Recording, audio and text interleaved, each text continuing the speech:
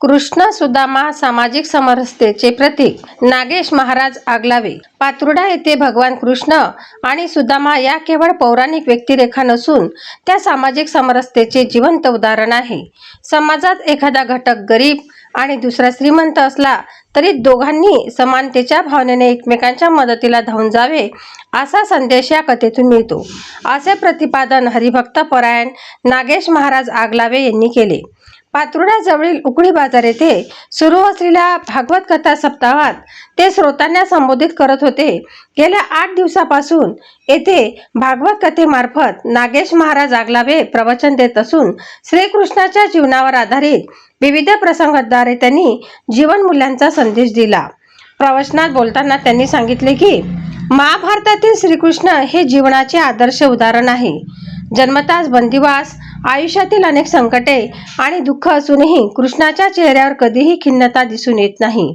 माणसानेही जीवनातील अडचणींना सकारात्मक दृष्टिकोनातून समोर जावे।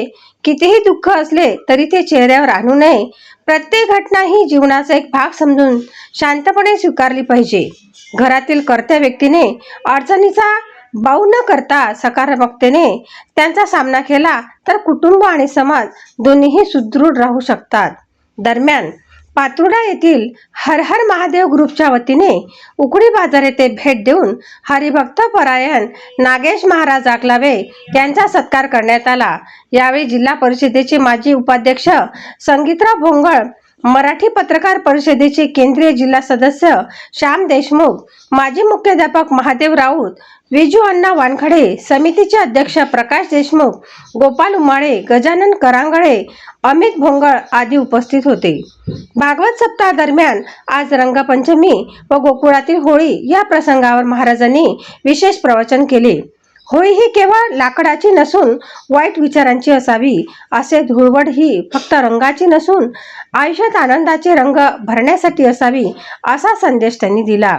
हा कार्यक्रम रामकृष्ण हरी महिला भजनी मंडळ, जे हनुमान स्वामी विवेकानंद युवा मंडळ आणि उकडी बाजार ग्रामस्थांच्या सहकार्याने आयोजित करण्यात आला। युवा क्रांती न्यूज साठी चेतना खेते, शेगाव।